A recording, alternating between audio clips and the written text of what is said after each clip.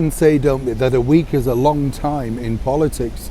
Oh, they do. A week's a long time in anything now, isn't it, when you think about it? You know, the world is changing at a very fast pace. And I don't know about you, I really struggle at times to keep up with it, particularly of those in power. You know, one minute they seem to be in, the next they've done something wrong, and the next they're out of favour. That is one of the biggest problems now breaking over here in the United Kingdom, because with our government, which we currently have, a Conservative government, everything seems to be up in the air. Now, it's difficult, isn't it? Because, you know, a lot of people did like the premiership of the Right Honourable Boris Johnson, you know, but for whatever reason they decided to vote him out. And then now he's been chastised, of course, by making a living going on the speaking circuit around the world, apparently for around about £150,000 per speech.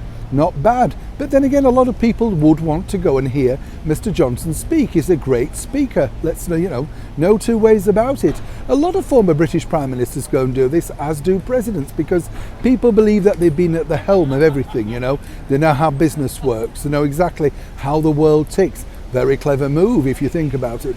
But now, of course, it's very difficult for the current British Prime Minister. The Right Honourable Liz Truss. People are already counting down the days to her exit, and she's only literally been in power just over a month.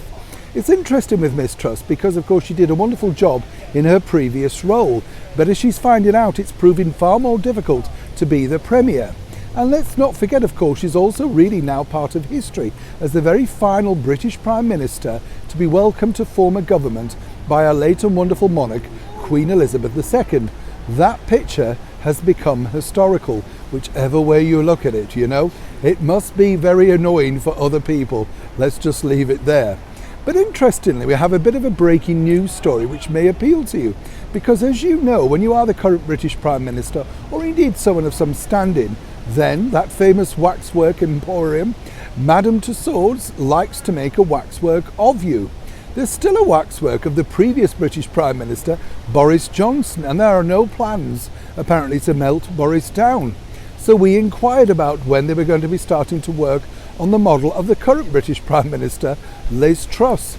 I hate to be the bearer of bad news, Miss Truss, but it seems that could be some way off just yet. They're deciding exactly whether it would be, how can I put this nicely, worth the wait, because they're rather expensive to make these waxworks, you see. And consequently, if you fall out of favour, as say Harry and Meghan are finding, you're put into a different category. They're round the corner now in celebrity. I know, not near the royals at all. Possibly some people will be happy about that. Interesting to note though, on a more political front, right now, as I say, there are no plans to make a waxwork of the current British Prime Minister, but apparently they remain hopeful.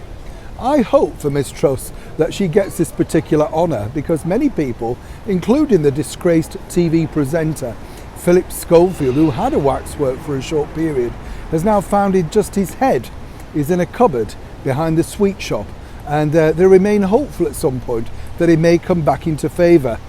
Oddly enough though, I don't see him queuing outside the sweet shop anymore. Do you? Neil Sean in the very heart of London.